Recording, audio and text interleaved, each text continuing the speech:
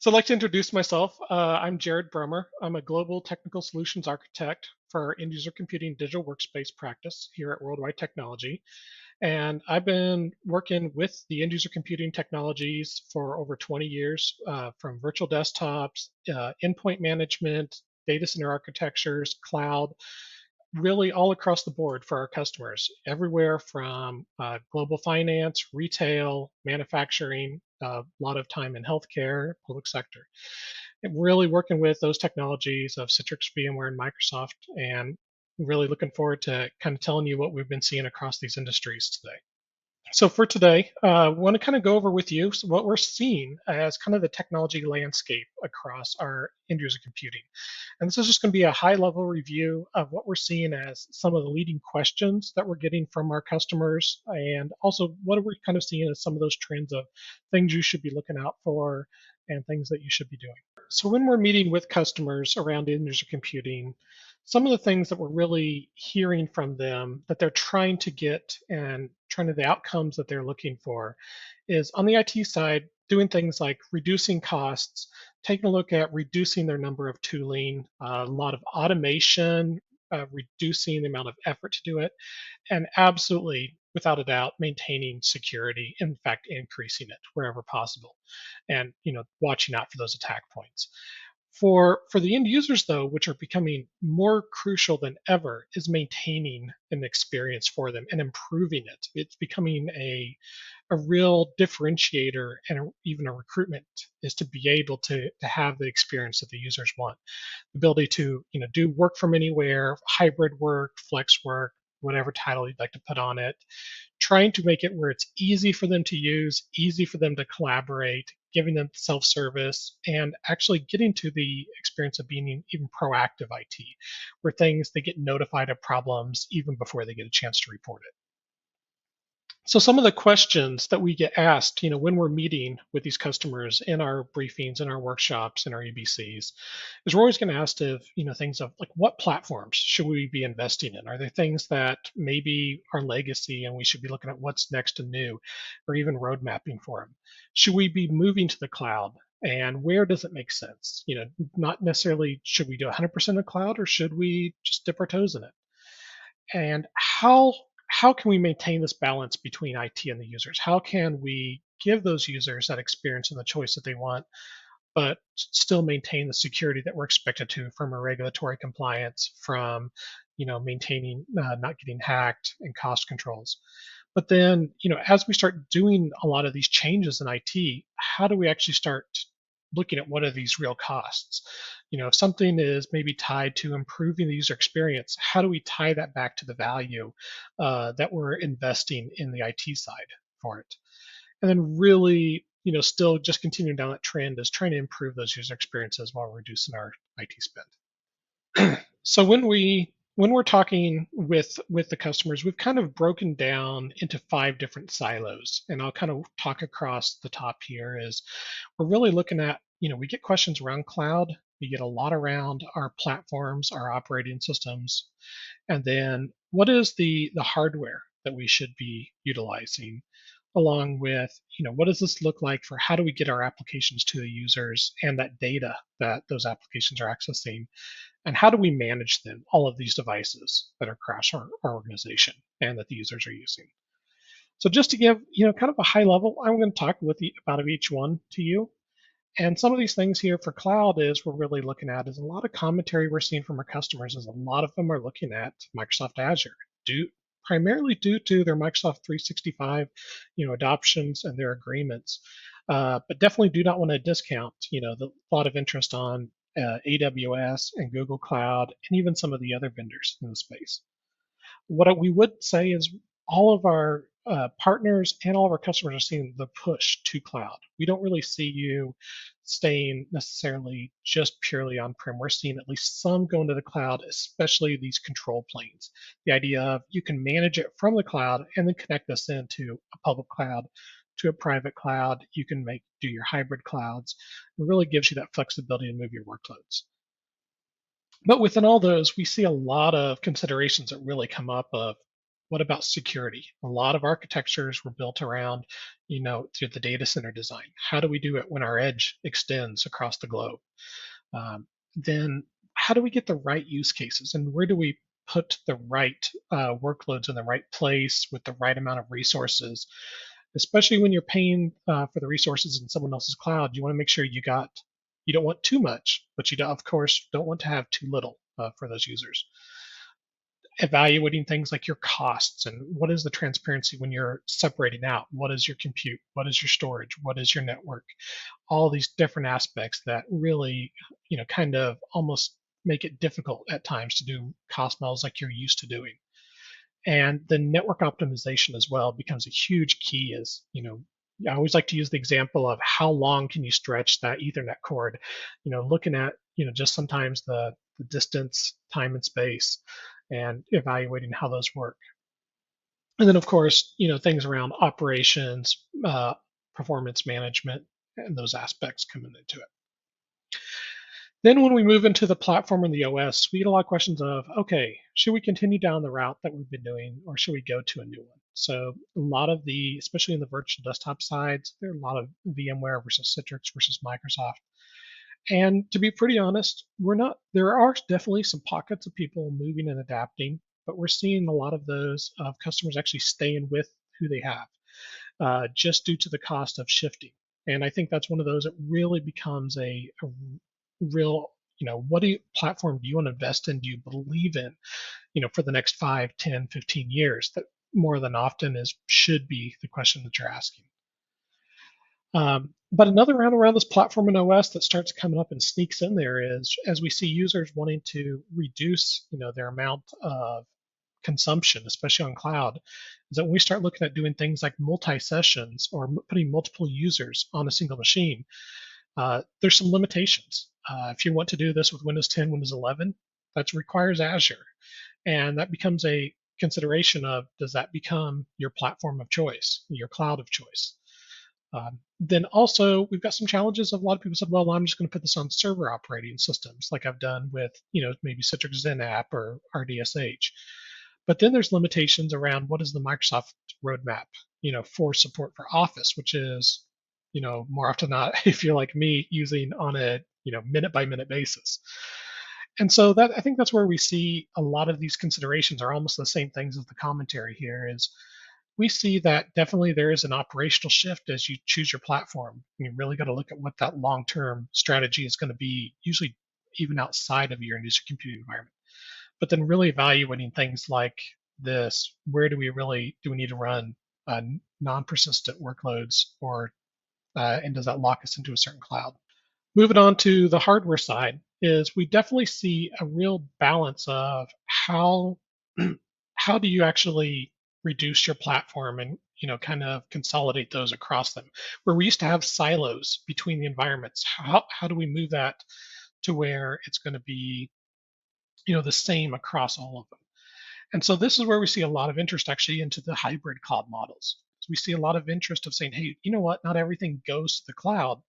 So let's make sure that what we are putting in our data centers now give us the ability to dynamically move those workloads between the cloud and on-prem and back and forth, and can actually leverage a lot of the benefits of the cloud, but not necessarily replace it. And also, definitely within the past couple of years cannot, go out without saying is sometimes it's just purely until you can get the hardware on your data center side, helping with those supply chain issues.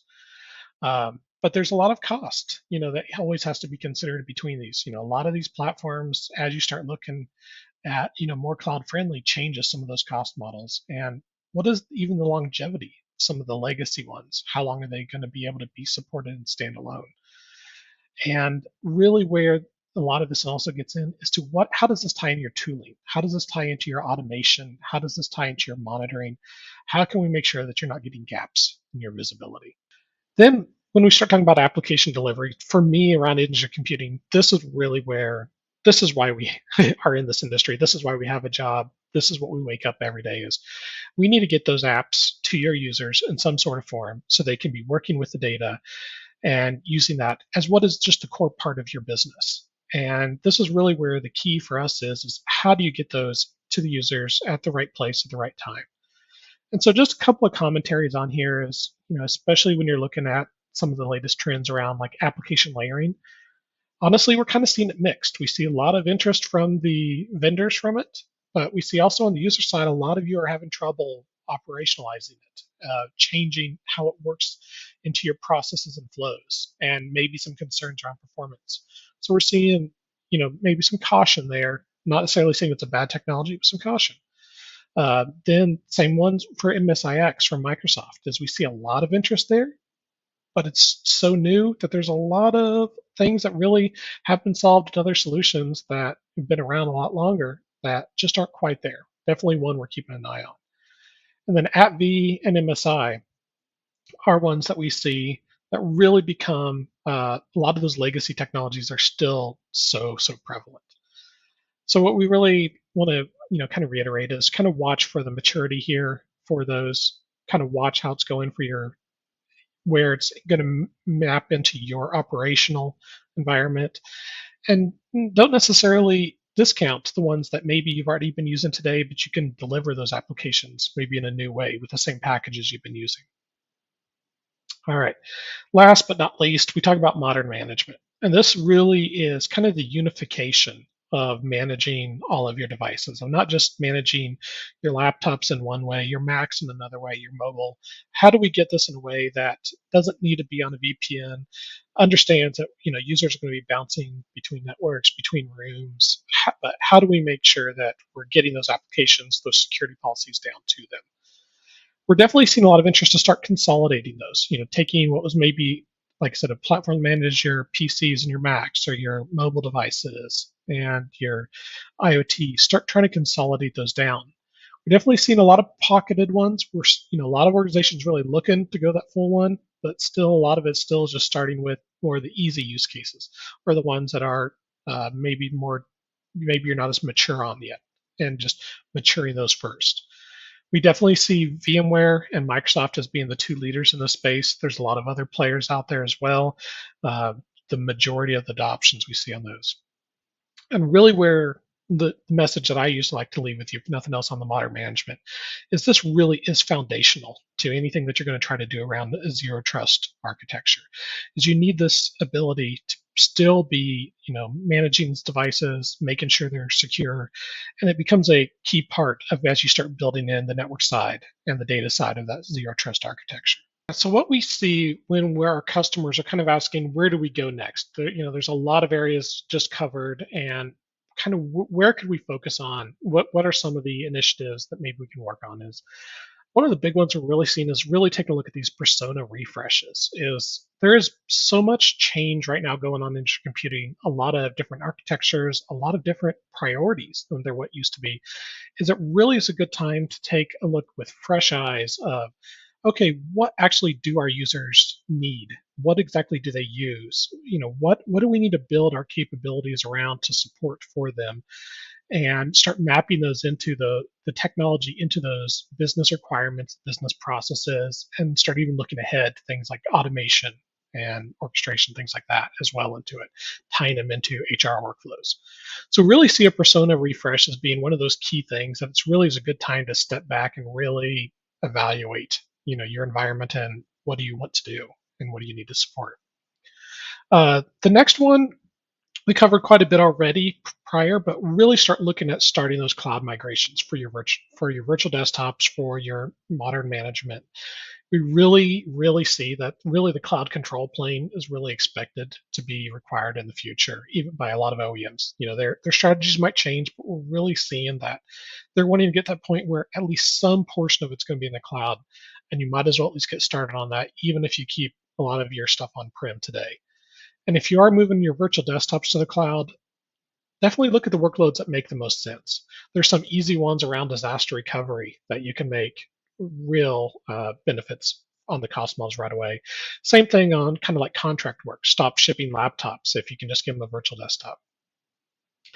Then go into the next step of really using that unified endpoint management, that modern management. Definitely, I'll probably use those terms interchangeably several times through here, is start managing all your endpoints in the same way, including even virtual desktops. Is if we can manage our laptops, our iPads, our phones, and our virtual desktops on the same way. That gets you a lot of those efficiencies within your IT, and ours ties into a lot of things of, like I said, the automations. How can we start making even more proactive IT, which goes directly into the next one, into the digital employee experience, or DEX.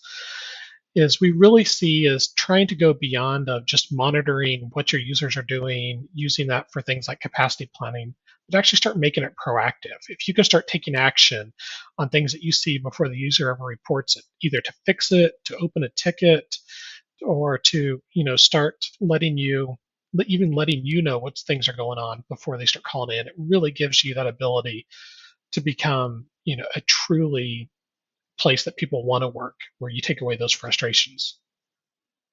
So then what we see is, one of the things we talked about several times is how does it look to get to the cloud? And I don't want to give you that there's a formulaic approach, but we've seen several things of a process that we follow to both do the technical side, but also to not forget what is the programmatic side of it. There's definitely doing things of your project management. How do we actually tie into other systems? How are we doing for your release management for these? How are we doing notifications to the users?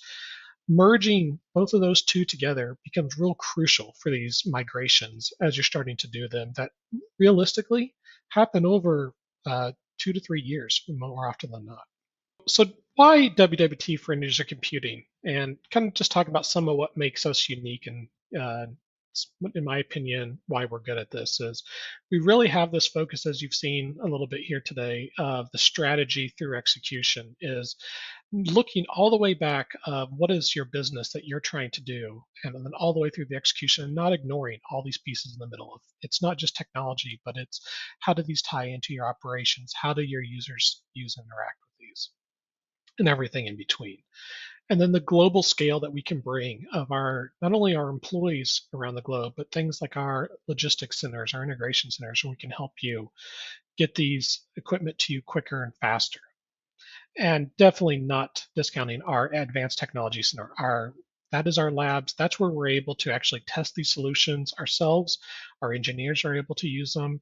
And we're able to even come in and help you plan things like upgrades and say, how are things really going to work? And all this backed up, of course, is by our people. That's really where it all comes down to, is the people that we have here who know this technology and would love to help you. So you're probably asking, what's next? We've covered a lot of content, but how do we get engaged with you? So for WWT, we've broken it down kind of into these 4 different areas again, is looking at these kind of educational briefings. This video is actually just a portion of one that you can request on our platform. They'll be more detailed and customized to you and your industry. What are we kind of seeing on this? You're going to find things like desktop as a service, unified endpoint management, modern management, different areas like on there.